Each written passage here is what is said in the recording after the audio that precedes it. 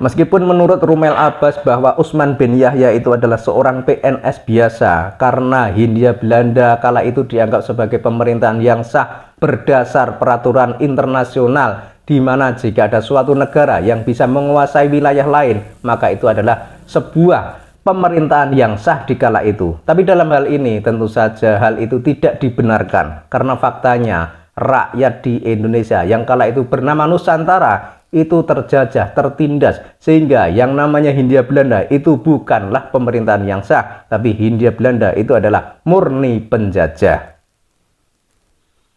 Habib Utsman bin Yahya itu yang PNS biasa.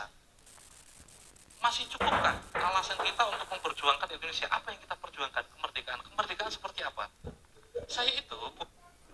Jadi sudah jelas ya bahwa Belanda datang ke Nusantara itu memang untuk menjajah. Dan ini ada 4 bukti penderitaan yang dialami orang pribumi Nusantara yang kala itu masih bernama Nusantara dan warganya itu disebut sebagai orang bumi putra. Berbagai bentuk penjajahan Belanda di Indonesia yang dilakukan sejak abad ke-17 hingga abad ke-20 itu membuat bumi putra sengsara. Penderitaan rakyat akibat penjajahan tidak terhindarkan karena besarnya kekuasaan VOC. Jadi sudah jelas ya, Belanda itu melakukan penjajahan itu sejak abad ke-17 hingga abad ke-20. Penderitaan rakyat akibat penjajahan Belanda tidak hanya dalam bentuk perang kekerasan, kemiskinan, kelaparan, hingga perbudakan bahkan dialami rakyat Indonesia yang saat itu dunia sudah memasuki abad ke-20. Jadi sudah jelas Belanda kala itu tidak hanya berperang saja di Nusantara, tapi juga menindas rakyat di Nusantara ini sehingga menyebabkan penderitaan panjang, menyebabkan kemiskinan, menyebabkan kesengsaraan yang tiada akhirnya. Penderitaan yang dialami rakyat akibat penjajahan Belanda menyebabkan perlawanan terjadi di mana-mana. Bumi putra atau orang-orang Nusantara bertekad memperjuangkan kemerdekaan.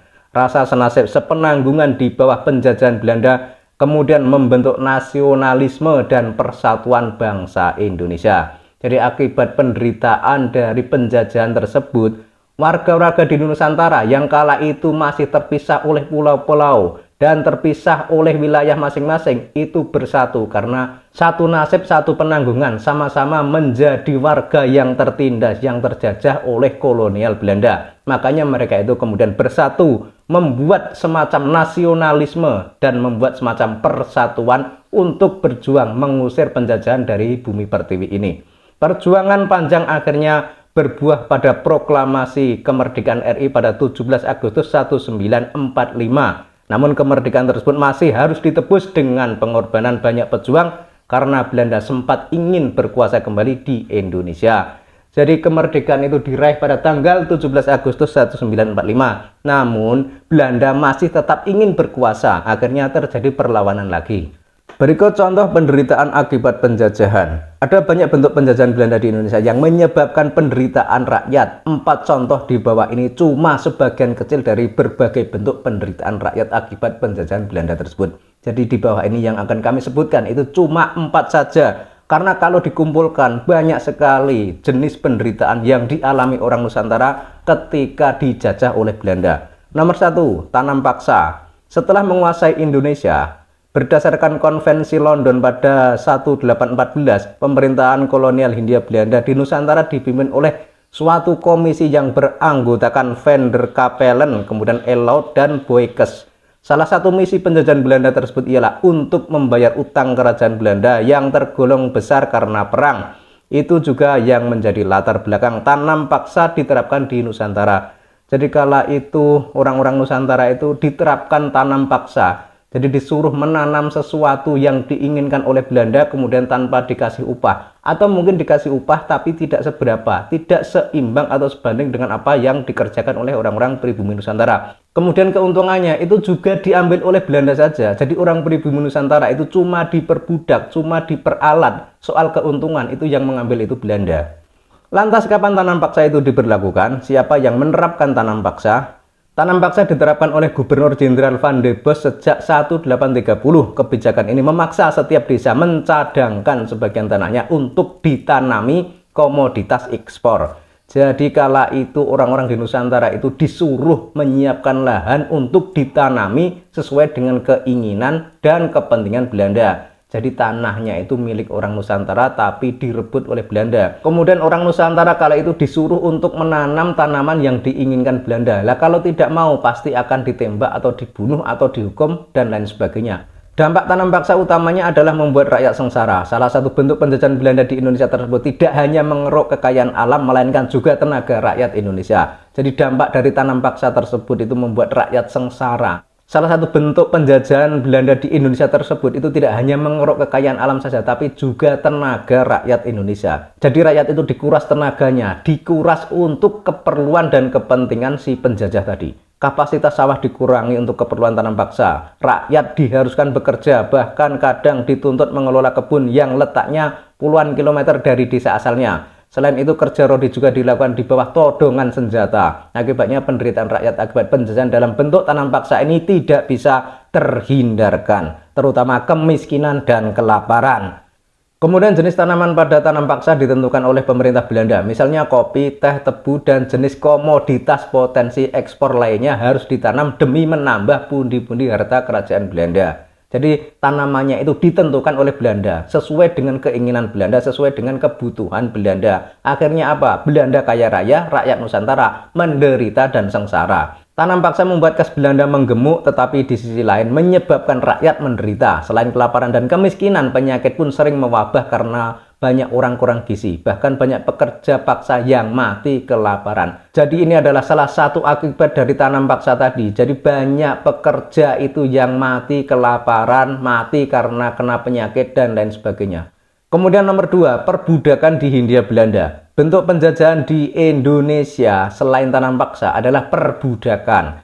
Salah wujud perbudakannya terlihat saat VOC ingin memindahkan ibu kota pemerintahannya dari Ambon ke Batavia yang sekarang bernama Jakarta. Jadi kala itu ibu kota VOC itu berada di Ambon, kemudian mau dipindah ke Jakarta. Nah, ketika dipindah ke Jakarta ini banyak orang yang dijadikan budak. Ketika berhasil dikuasai VOC di bawah pimpinan Jan Peterson, penduduk Batavia masih belum padat. Terlebih banyak penduduk lokal yang memilih kabur ke pelosok Batavia Selatan, yakni Jatinegara. Jadi kala itu Batavia itu belum banyak penghuninya. Kemudian VOC menginginkan agar ibu kotanya itu pindah ke Batavia tersebut. Kemudian rakyat yang ada di sana itu banyak yang pergi meninggalkan tempat tersebut karena otomatis sudah tahu bahwa itu adalah penjajahan, pasti akan merugikan mereka. Jadi ketika itu Batavia itu belum banyak penduduknya ya, karena penduduk yang ada di situ itu kebanyakan itu sudah menyingkir, sudah pergi meninggalkan tempat itu karena sudah dikuasai oleh VOC. Karena tahu akibatnya jika dikuasai VOC mereka pasti akan menderita, mereka akan dipaksa, mereka akan dijajah. Akhirnya orang-orang yang ada di tempat itu meninggalkan Batavia dan pergi ke daerah lain, yakni di daerah Jatinegara.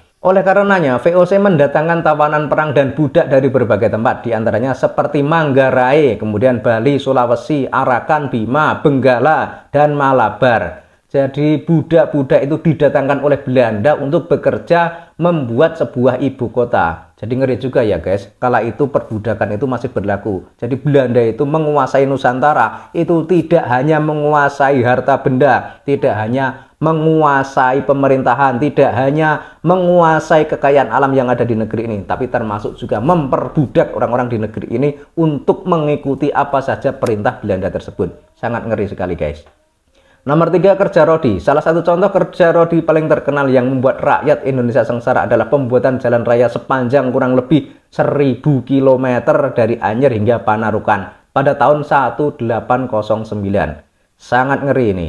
Pembuatan jalan raya sepanjang 1000 km dengan cara kerja rodi atau kerja paksa. Kerja rodi diterapkan oleh Gubernur Jenderal Herman Willem Daendels yang menerima mandat dari Louis Napoleon, penguasa Belanda di bawah pengaruh Prancis era Napoleon Bonaparte. Daendels menerima perintah untuk mempertahankan Pulau Jawa dari serangan Inggris. Maka itu ia memerintahkan pembangunan jalan Anyer hingga Panarukan. Sangat panjang sekali guys. Perbudakan ini dilaksanakan di bawah todongan senjata dan lecutan cambuk. Banyak pekerja yang kelaparan hingga meninggal demi terbangunnya jalan itu. Penderitaan rakyat akibat penjajahan Belanda berupa kerja rodi ini telah memakan korban jiwa sebanyak 12.000 orang.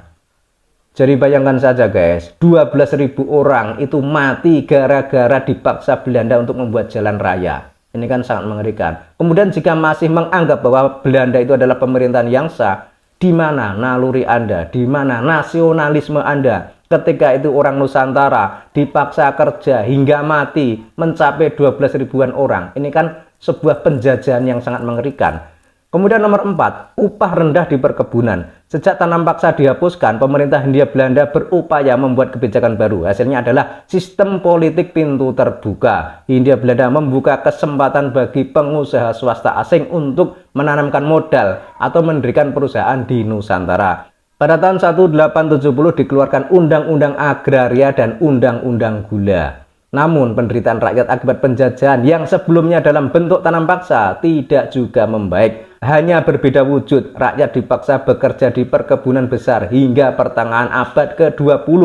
Tumbuh banyak perkebunan kopi, teh, tebu, kina, kelapa, coklat, tembakau hingga kelapa sawit di Hindia Belanda. Ketika banyak pengusaha swasta membangun perusahaan di Nusantara, rakyat Indonesia beralih menjadi buruh yang dipaksa bekerja habis-habisan dengan upah rendah. Makanan dan kesehatan mereka tidak terjamin, begitu pula dengan kesejahteraan mereka. Sistem memang berganti sejak pertengahan abad ke-19, tapi kemiskinan tetap saja menjadi wajah sehari-hari rakyat Indonesia di bawah tekanan penjajahan Belanda. Jadi sudah jelas ya guys, Belanda kala itu bukanlah pemerintahan yang sah, tapi Belanda itu memang penjajah yang merusak negeri ini. Makanya jika Rommel Abbas itu mengatakan bahwa Hindia Belanda kala itu adalah sebuah pemerintahan yang sah, maka harusnya melihat fakta sejarah bagaimana kondisi rakyat Indonesia saat itu ketika Belanda berkuasa. Mereka, rakyat Nusantara, ditindas, diinjak-injak, dikuras harta kekayaannya, dirampok, dirampas, sehingga orang-orang pribumi Nusantara itu banyak yang kelaparan, banyak yang miskin, banyak yang menderita, bahkan banyak juga yang meninggal.